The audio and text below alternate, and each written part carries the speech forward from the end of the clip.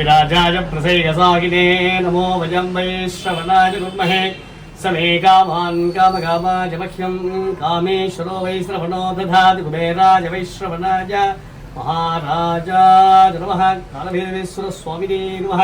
எல்லாருக்கும் வணக்கம். SVS50 TV சார்பாக நான் உங்களை அன்புடன் வரவேற்கின்றேன். இன்னைக்கு மே மாதம் 1ஆம் தேதி புதன்கிழமை. ஓகே, பொன் கிடைத்தாலும் புதன் கிடைக்காதும்பாங்க. அந்த மாதிரி புதன் கிழமை ஆரம்பிச்சிருக்கு. ஆனால் மே மாதம் ஆரம்பிக்கிறத விட வெயில் ஆரம்பிச்சிருக்கு. இன்னும் அக்னி நட்சத்திரம் என்றைக்கு ஆரம்பிக்க போகுதுன்னு தெரியல. ஆனால் 100 டிகிரி, வேலூரில் 100 டிகிரியாமே அப்படின்லாம் பேசுனது போக இன்றைக்கி அசால்ட்டாக வேலூரை தாண்டி மற்ற ஊரில் 108 டிகிரியெல்லாம் வந்துருச்சு. காரணம் என்னன்னா, நாம் இருக்கிற மரத்தெல்லாம் வெட்டுறோம். ஆனால் இத்தனை லட்சம் மரம் நடுறோம், அத்தனை லட்சம் மரம் நடுறோன்னு ஃபோட்டோ எடுத்துக்கிறோமே தவிர மரக்கன்று நடுறோம், அதுக்கப்புறம் அதுக்கு தண்ணி விடுறோமா இல்லையான்னு பார்க்காதது எப்படி வளரும். இது யாரையும் நம்ம குற்றம் சொல்ல முடியாது. அவங்களுக்கு அவங்க வேலை பெருசாக இருக்குது, அவ்வளோதான். என்ன பண்ண முடியும் சொல்லுங்கள். லைட்டரெல்லாம் ஸ்டாப் பண்ணிட்டாங்க. அப்போ நெருப்பு குச்சி எங்கேருந்து வரும்? மரத்துலேருந்து தான் வர முடியும். அந்த மாதிரி எல்லாமே ஒன்றை சான்று ஒன்று இருந்துக்கிட்டு இருக்கு. அதனால தான் இந்த குறைகள் இது எல்லாமே நடந்துக்கிட்டு இருக்கு. இது அடுத்தது என்ன, ஒரு மாதம் இன்னும் வெயிட் பண்ணி தான் ஆகணும் எலெக்ஷன் ரிசல்ட் வரத்துக்கு. அது வரைக்கும் யாருக்கு என்ன பிடிக்குமோ, என்ன ஆசையோ எல்லாத்தையும் பேசிக்கலாம், ஒன்றுமே பிரச்சனை இல்லை. அதுக்கப்புறம் பேசுகிறதுக்கு இடம் இருக்காது. இல்லைன்னா அப்போ வேறு மாதிரி பேசணும். ஜூன் மாதம் 4ஆம் தேதிக்கு அப்புறம் நான் என்னுடைய கருத்து கணிப்பெல்லாம் முன்னாடியே சொல்லிட்டேன். அதனால் அதை புதுசாக ஒன்றும் சொல்ல வேண்டியதில்லை. அதை பற்றி நான் இப்போவும் பேச மாட்டேன். நான் சொல்லியிருக்கேன், ஜூன் 4 வரைக்கும் மௌன விரதம் அரசியலில். மற்றபடி அதுக்காக பேசாதே இருக்க முடியுமா? அது பாட்டுக்கு இருக்கணும். அதே போல் இப்போது அந்த சூரியன் ஸ்ட்ராங்காக இருக்குது, சனி செவ்வாய் அந்த பார்வை இதெல்லாம் இருக்குங்கிற மாதிரி சொல்கிறாங்க. அதனால் கூடிய சனிக்கிழமை, ஒவ்வொரு சனிக்கிழமையும் லக்ஷ்மி நரசிம்மரை போய் பார்த்துட்டு வந்தால் நன்றாக இருக்கும். அது நெல்லை வசந்தம் இருக்கிற வரைக்கும் அவர் சொல்வார், சார் இப்போ இந்த டயத்தில் இந்த ஒரு மாதம் கிளாஸை உடைக்கணும் அப்படிம்பார். சின்ன கிளாஸ் டியூப்ஸ் வாங்கி வச்சுருப்பேன், டக்குன்னு உடைச்சி போடுறது. அந்த மாதிரி ஒவ்வொரு பரிகாரங்கள், சின்ன பரிகாரங்களை பண்ணிக்கிட்டே வருது. நம்ம காத்துக்கொள்ளக்கூடிய ஒரு நல்ல விஷயமாக இருக்கும். அதுதான். 2-3 பேர் ஃபோன் பண்ணாங்க, என்ன சார் 28ஆம் தேதி உங்கள் பையன் பர்த்டே நீங்கள் முன்னாடியே சொல்லலைனாங்க. இந்த தடவை 28ஆம் தேதி ஞாயிற்றுக்கிழமை வந்துருச்சு. நமக்கு ஃப்ரைடே தான் ப்ரோக்ராமு, அதனால் 2 நாள் கழிச்சு வரப்போகிற அப்படின்லாம் சொல்லி தவறும் அவனுடைய ஃபுட்டிங்கில் முன்னுக்கு வரணும் லைஃப்பில் விட்டு அவன் தனியாக உழைத்து கொண்டிருக்கிறான். அதனால் அது ஒரு விசிட்டிங் கார்டு. எஸ்வி சேகருடைய பையன் அஸ்வின் சேகருங்கிறது. அதற்கு பிறகு அவனுடைய திறமை, அவன் காலை இன்றைக்கி அவ்வளோ தூரம் தூக்குவான், ஃபைட்டுன்னா டான்ஸ் ஆடுறான். எனக்கு ரெண்டுமே வராது.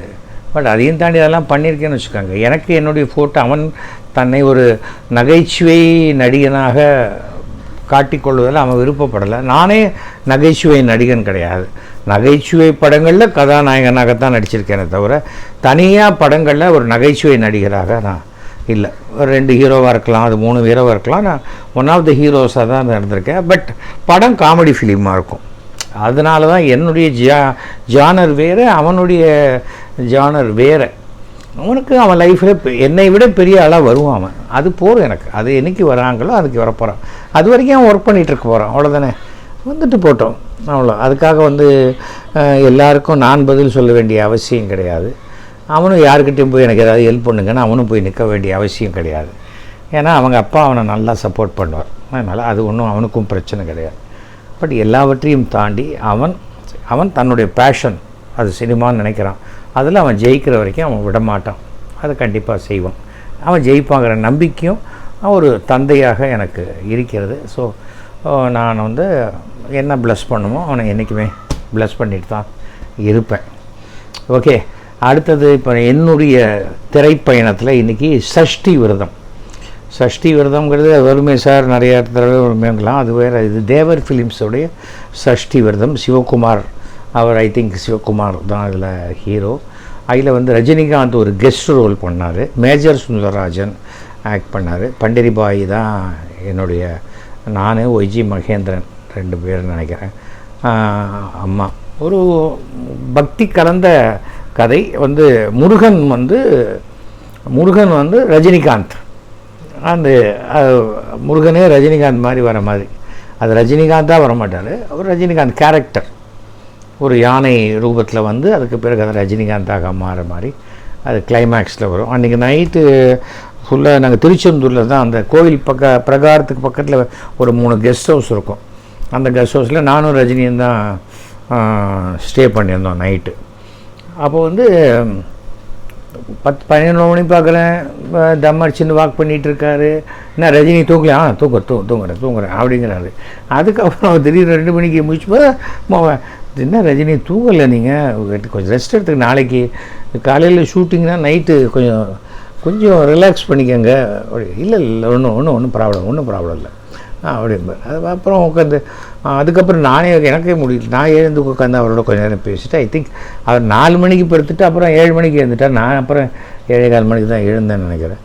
அது வந்து பட் ஒரு டெடிக்கேஷன்.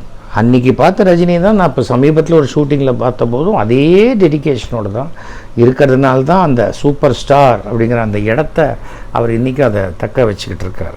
அவ்வளோதான். அதுக்கு மேலே ரஜினி நானும் எப்படி தெரியுமா அதெல்லாம் நான் சொல்ல தயாராக இல்லை. ரஜினியை நான் என்னுடைய இதில் ஒரு மனம் விட்டு ஒரு 10-15 தடவை பேசியிருப்பேன், அவ்வளோதான். அதுக்காக எல்லாத்தையும் நம்ம சொல்லவும் முடியாது. அதுக்காக நானும் ரஜினியும் அப்படியே உயிருக்குயிரான நண்பர்கள். அதை ரஜினி சொன்னால் நான் சந்தோஷப்படுவேன், நானே போய் சொல்லிக்க முடியுமா? அது என்ன ஆகிடும், அப்புறம் ஆந்திரா ஜோசியக்காரர் மாதிரி ஆகிடும். என்டி ராமராவ் காரு, மாருதி காரு அப்படின்னு எல்லாரோடையும் ஃபோட்டோ எடுத்து ஒரு ஆல்பத்தை கொண்டு வந்து தங்க முகராசி படி நமக்கு அப்படின்னு ஜோசியம் சொல்லுவாங்க. அந்த மாதிரி எல்லாம் நமக்கு பழக்கம் இல்லை. நான் யாருடைய நிழல்லையும் வாழ விரும்பாதவன், யாருடைய நிழல்லையும் வளர விரும்பாதவன். என் நிழலில் யாராவது வந்தால் அதை சந்தோஷமாக பரவாயில்லன்னு ஏற்றுவேன். எனக்கு அது அவசியம் இல்லைன்னு நினைக்கிறேன். நான் பூச நட்சத்திரம், கடகராசி, சிம்ம லக்னம். இதெல்லாம் அப்படி ஐயா அம்மா தலைவரே நீ தான் அதெல்லாம் அப்படி கைட்டி போடான்ட்டு போயிட்டே இருப்பேன். அது எவ்வளோ பெரிய ஆளாக இருந்தாலும் நட்புக்கு மட்டும்தான் மரியாதை கொடுப்பேன், வேறு எதுக்குமே நான் கொடுக்க மாட்டேன். லாபம் அவரோடு இருந்தால் அந்த காரில் போகலாம், அவரோடு இருந்தால் நமக்கு ஓசியில் கிடைக்கும். எனக்கு எதுக்கு? சாப்பிட்ற 4 இட்லியே நான் என்னுடைய சம்பாத்தியத்துலேயே சாப்பிட்டு போயிடுவேனே. அதுக்கு மேலே எனக்கு எதுவுமே அவசியம் இல்லை. அதுதான் என் லைஃப். ஸோ அந்த மாதிரி அந்த படம் வந்து ரொம்ப ஒரு தடவை மேஜர் சுந்தரராஜன் ஃபோட்டோ மாட்டியிருக்கோம். Who is this old man, யார் இந்த கிழவர் அப்படின்னு. மேஜர் சைட்லேருந்து பார்த்து என்னடா, நான் இல்லை சார் உங்களோட ஐடென்டிஃபிகேஷன் தானே, இங்கிலீஷ் தமிழ் தானே, அதான் சொல்லி பார்த்தேன். நல்லா தான் சொல்கிற விடு அப்படின்ட்டார். ஷோ ஐ திங்க் அந்த படத்தில் ஷோவும் இருந்தார். அதில் ஒரு காட்சி பண்டரிபாய் அவர்களை காலால் உதைக்கிற மாதிரி ஒரு காட்சியோ, தள்ளி விடுற மாதிரி ஒரு காட்சியோ பண்ணணும். நான் பண்ண மாட்டேன் சார் அப்படின்ட்டேன். நான் வீட்டில் எங்கள் அம்மாவுக்கு நமஸ்காரம் பண்ணிட்டு ஷூட்டிங்க்கு வரேன், இங்கே வந்தால் இங்கே இருக்கிற அம்மாவை உதைக்கணுன்னா என்னால் பண்ண முடியாது. அப்போ தான் ஒய்ஜி மேனில் இதெல்லாம் ஆக்டிங்டா பண்ணு அப்படின்னா, நீ பண்ணிக்கோ ஆக்டிங்னா நீ பண்ணு, நான் பண்ண மாட்டேன் அப்படின்னு சொல்லிட்டேன். ஏனென்றால் எனக்கு சில பாலிசி இருக்குது. நான் ஒரு காசுக்காக எதை வேணால் செய்யக்கூடிய மனோபாவம்லாம் எனக்கு கிடையாது. அதை நான் செய்ய மாட்டேன். அப்படி செஞ்சால் நான் அரசியலே பெரிய ஆளாக இருந்திருக்கலாமே. அதனால் எப்போவுமே அதை வந்து எல்லாம் சரி, அதெல்லாம் ஜூன் 5க்கு பிறகு பேசிக்கலாம், அதை பற்றி ஒன்றும் பிரச்சனை கிடையாது. ஓகே இது அந்த படம் ஒரு அபோவ் ஆவரேஜ் ஃபிலிம், ஒரு நல்ல படமாக அமைஞ்சது அந்த படம். அதுதான் அந்த சஷ்டி விரதத்தினுடைய கதை. அது முருகனுடைய, ஆனால் தேவர் ஃபிலிம்ஸில் தேவருக்கு அப்புறம் அவருடைய அடுத்த ஜெனரேஷன் எடுத்த படம் அது. அடுத்தது மகா பெரியவர் பற்றி. மகா பெரியவர் வந்து அவர் வந்து தாய்ப்பாசம் அப்படிங்கிறது அதாவது அளவு கடந்து உடைய அந்த தாய்ப்பாசம் எப்படி இருக்குமோ அதை விட அதிகமான ஒரு பாசத்தை கொடுக்கக்கூடியவர். ஆசாபாசங்களுக்கு அப்பாற்பட்ட அவர் வந்து எதிர்பார்க்கறதில்ல. ஆனால் தன்கிட்ட ஒரு ஜீவன் வந்தால் அந்த ஜீவனை எப்படி பார்த்துக்கணும், அது சின்ன உதாரணம் என்னன்னு சொன்னால், அந்த காலத்தில் வந்து பட்டுப்பாட்டின்னு ஒரு பாட்டி, கும்போணத்தை சேர்ந்த பட்டுப்பாட்டி, அப்படியே மகா பெரியவா, அப்படியே தெய்வமாக பார்க்கக்கூடிய பாட்டி, அவ்வளோ பக்தி. அதனால் அக்ரகாட்டில் இருந்த தன்னோட 2 வீட்டையும் மடத்துக்கே எழுதி வச்சுட்டு அந்த மடத்தோடையே வந்து தங்கிட்டான். பெரியவாளுக்கு சேவை பண்ணணும், டெய்லி பெரியவாளை நம்ம வந்து நமஸ்காரம் பண்ணணும். அந்த மாதிரி ஒரு தடவை பெரியவா சதாரா போயிருக்கா, அங்கே நார்த்துக்கு பாட்டியும் போயிட்டா. பெரியவா அந்த டீமோடையே போயிட்டா. அங்கே போயிருக்க நல்ல குளிர்காலம், அங்கே குளிர்காலம். அவர் கூடவே இருக்கிற பாலு அண்ணான்னு அங்கே இருப்பார், அவர் பெரியவாளோடு. அவரை கூப்பிட்டு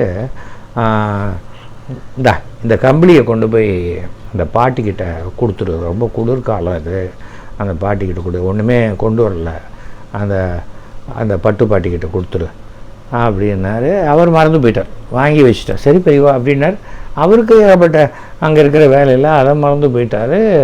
நாள் முழுக்க இந்த காரியத்தில் எல்லாம் இதை வச்சு அவர் தூங்க போயிட்டார். பாலு தூங்க போயிட்டார். ராத்திரி ஒரு 11 மணி 12 மணி இருக்கும். அப்போ பார்த்தா அவர் கொஞ்சம் பெரியவாக இருக்கா, கொஞ்சம் தள்ளி அங்கே படுத்துட்டு இருக்கார். அவர் திடீர்னு பார்த்தா பாலு அப்படிங்கிறா. அவர் ஏன்னா பெரியவா கூப்பிட்றாளே, பெரியவா குரல் மாதிரி இருக்குன்னு பார்த்தா பெரியவா நிற்கிறா. பெரியவா என்ன பெரியவா அண்ணா, ஏண்டா பட்டு பாட்டிக்கு அந்த போர்வையை கொடுத்தியோ? ஆஹா மறந்தே போயிட்டேனே பெரியவா அப்படின்னா. இது ஐயோ இல்லை பெரியவா மறந்து போயிட்டேன் பெரியவா அப்படின்னோடனே ஒரு தாய்க்கு மட்டும்தான் தன்னுடைய பசங்க எத்தனை வயசானாலும், இன்றைக்கி எங்கள் அம்மா வந்து இப்போ நான் பர்சனலாக சொல்கிறேன், 93 வயசாச்சு, எனக்கு 73 வயசாகுது. நான் வரத்துக்கு 8 மணிக்கு வரேன்னு சொல்லிட்டு 8:30 மணி ஆச்சுன்னா வாசலில் வந்து நிற்பா.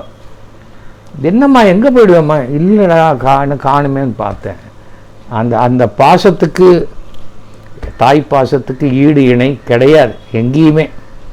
அதை சில சமயம் நம்ம பசங்க புரிஞ்சிக்காமல் அதை கோவப்படுறதுக்கே ரொம்ப தப்பு. அது வந்து ரொம்ப அந்த தாய் பாசங்கிறது அது ரொம்ப ஜாஸ்தி, வயசாக ஜாஸ்தி ஆகும். உடனே பெரியவா சொல்கிறா, நீ முதல்ல இப்போ கிளம்பு, அவள் எங்கே இருக்கான்னு பார்த்து அந்த போர்வையை கொடுத்துட்டு வா. இந்த குளிரில் கார்த்தால கொடுக்கட்டுமா பெரியவா? கார்த்தால இதுக்கு இப்போ தான் ராத்திரி குளிரும், கார்த்தால வெயில் அடிக்கும்போது கம்பளி போர்வை வச்சுன்னு என்ன பண்ணுவா? குளிரான குளிர் என்ன அது அப்படிங்கிற மாதிரி கூட இருக்கிறவ பாலு கொஞ்சம் யோசிக்கிற. நீ இப்போவே கொடுத்தாகணும்,